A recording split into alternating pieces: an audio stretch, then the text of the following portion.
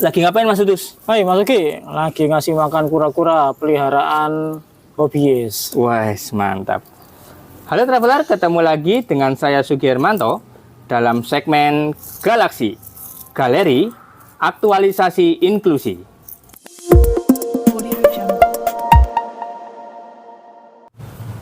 Baik Sobat RBS, kali ini kita akan ngobrol santai bersama Mas Tutus Setiawan karena menurut saya Mas Tutus ini adalah salah satu tunanetra yang punya hobi yang unik.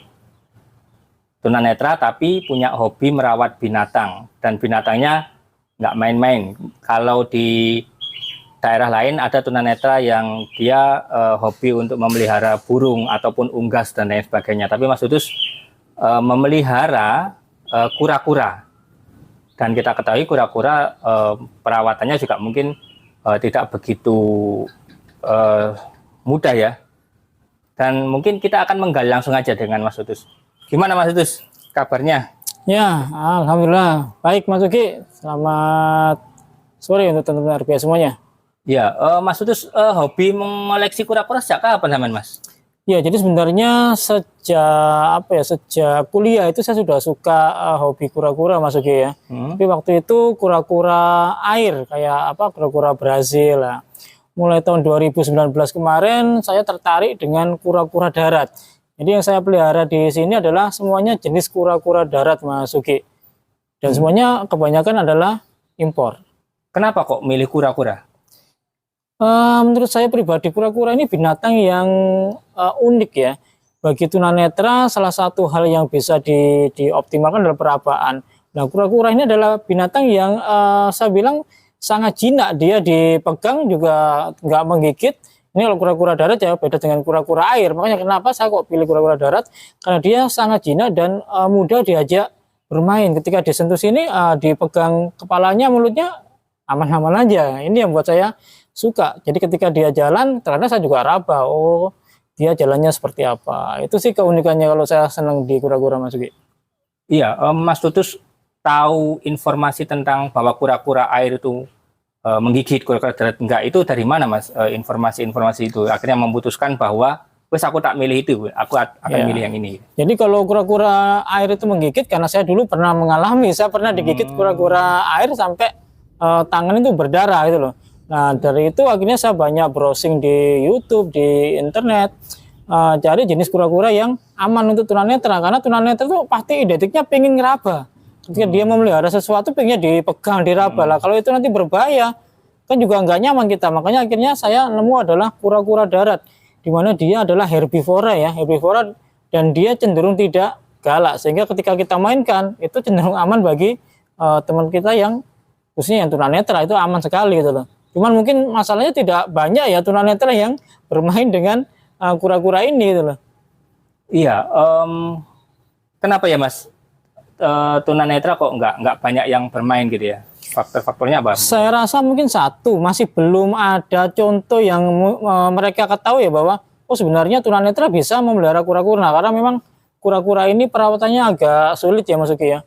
Dia ketika saya beli kura-kura ini sejak dia baby, masih ukuran 4 cm. Nah itu butuh lampunya juga lampu yang memiliki panas yang cukup tinggi, dan ketika itu nanti kelupaan itu jadi kura-kuranya akan mati, dan tiap hari dia harus dijemur. Harus dijemur di sinar matahari sekitar 10 menit 15 menit, karena memang reptil itu cenderung dia membutuhkan cahaya matahari untuk pertumbuhan cangkangnya dan kesehatannya. Memang butuh ekstra di situ gitu loh. Dan itu Mas Tutus lakukan sendiri? Saya lakukan sendiri, tapi juga terkadang dibantu oleh kiper juga yang ada di. Terus saya melihara kura ini di sekolah Mas Uki. Jadi ada petugas sekolah juga yang terkadang juga bantu saya ketika saya masih ngajar dan kura-kuranya butuh dijemur. Saya ada yang bantu juga gitu loh. Iya Mas, Saman punya berapa kura-kura untuk sekarang? Ya, sekarang saya masih ada 17. Sebelumnya saya ada sekitar 25, tapi sudah beberapa yang saya jual. Jadi saya pelihara bukan hanya untuk hobi sebenarnya Mas Uki ya. Tapi di sini juga saya adalah investasi. Di mana ketika saya membeli kura-kura itu sejak kecil dan ketika besar, itu saya jual kembali Mas Uki. Dan sudah ada beberapa kura-kura yang sudah diadopsi oleh orang lain, itu Mas Uki. Oh gitu, jadi Sobat RBS, ternyata kura-kura itu juga bisa jadi sumber investasi. Betul. Cuman tinggal bagaimana kita bisa merawat, kita bisa sabar untuk memberikan perawatan, dan rupanya bisa menghasilkan uang, bisa jadi kalau benar-benar perawatannya baik bisa jadi sumber mata pencaharian baru ini bagi teman-teman tunanetra. Mas, jenis kura-kura yang dimiliki apa aja, Mas? Ya, di sini saya ada 4 jenis kura-kura darat Mas Uki ya. Dimana yang pertama yaitu sulcata. Sulcata ini adalah kura-kura terbesar ketiga di dunia. Dia di alamnya bisa sebesar panjangnya 1 meter. Dia berasal dari Afrika. Lalu juga saya punya kura-kura pardalis. Dia dari Kenya. Lalu juga kura-kura redfoot dan juga cherry head, dia dari Amerika Latin dan Amerika Selatan. Di sana dia habitatnya Mas Uki. Dan sebenarnya memelihara kura-kura ini yang saya sampaikan tadi ya, tidak mudah karena beberapa kali juga saya pelihara kura-kura yang baby itu juga mati Mas Uki.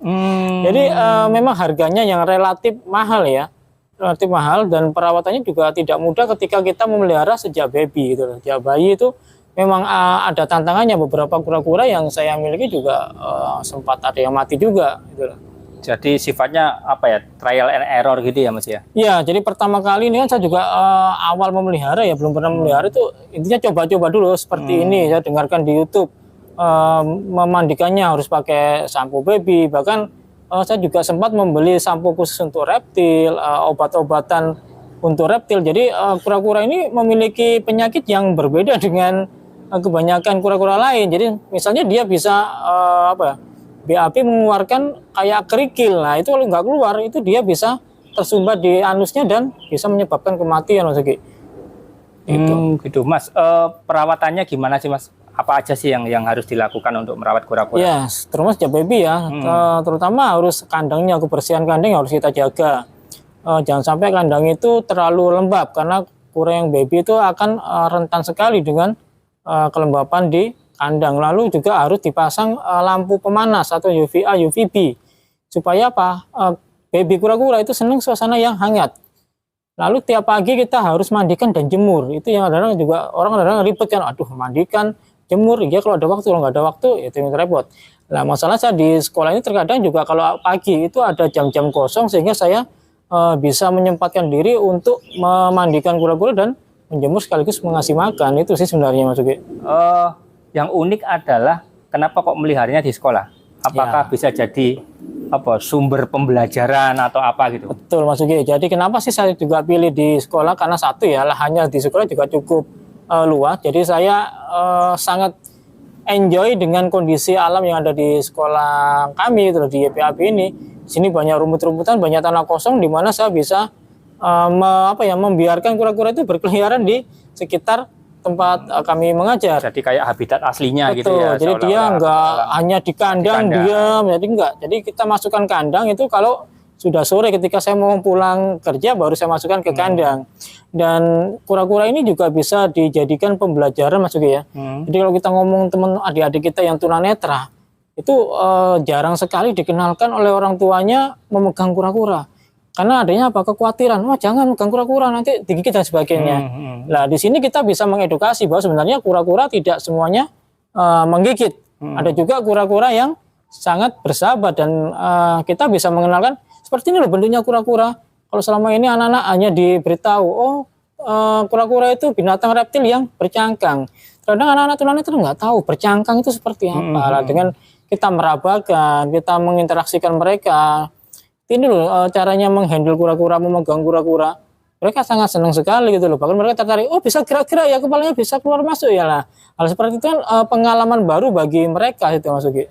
Iya, soalnya ya jangankan yang tunanetra, mungkin yang awas aja itu tidak semua orang pernah memegang langsung kura-kura ya. Betul. Mungkin taunya hanya di YouTube atau mungkin di kebun binatang ya. Iya, tapi mereka nggak interaksi langsung gitu loh. Tidak ada kesempatan langsung karena memang mungkin salah satunya ya harganya yang mahal, terus juga keterbatasan jumlahnya kan tidak juga seperti tempat hewan ya, lain. Karena ini kan kura-kura besar-besar ya Mas Uki. Jadi kalau dipelihara di rumah itu membutuhkan space lahan yang cukup besar juga gitu lah.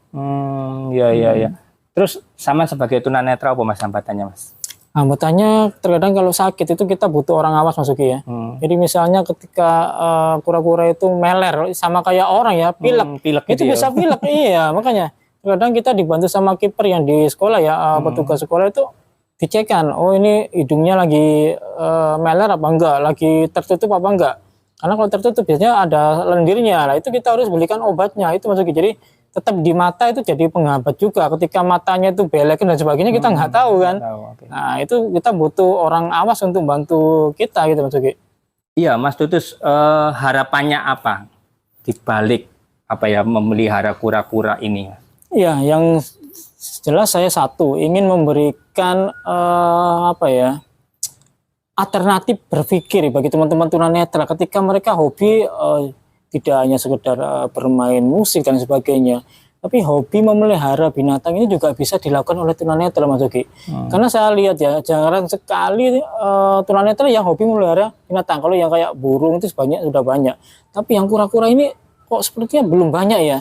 Nah ini saya ingin jadi sebuah apa ya alternatif lah bagi teman-teman tunanetra yang mungkin tertarik juga memelihara kura-kura seperti yang saya sampaikan tadi. Karena memelihara kura-kura juga sebuah investasi. Dan satu sebenarnya juga kalau kita ngomong pemelihara kura-kura, ada harapan terbesar saya. Saya ingin ketemu artis yang memelihara kura-kura Mas Uki. Kalau ya, Mas Uki tahu mungkin Irfan Hakim. Irfan Hakim. Nah, kura-kuranya itu kura-kura raksasa, jumbo-jumbo semua.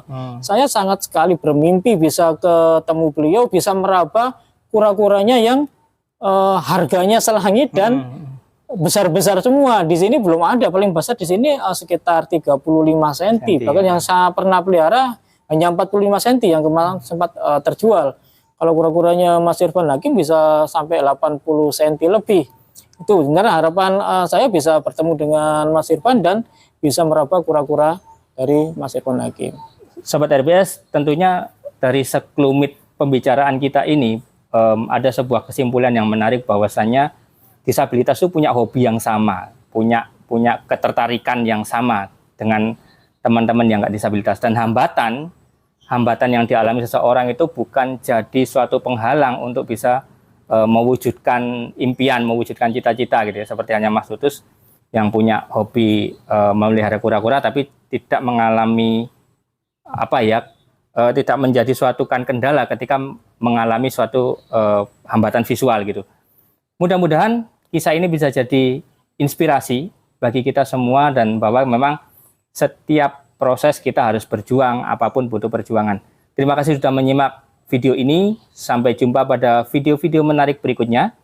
Tetap like, komen, share, dan subscribe sebagai motivasi bagi kami dalam membuat karya-karya berikutnya. Terima kasih dan terima kasih juga Mas Tutus. Terima kasih Mas Uki. Oke, salam inklusi.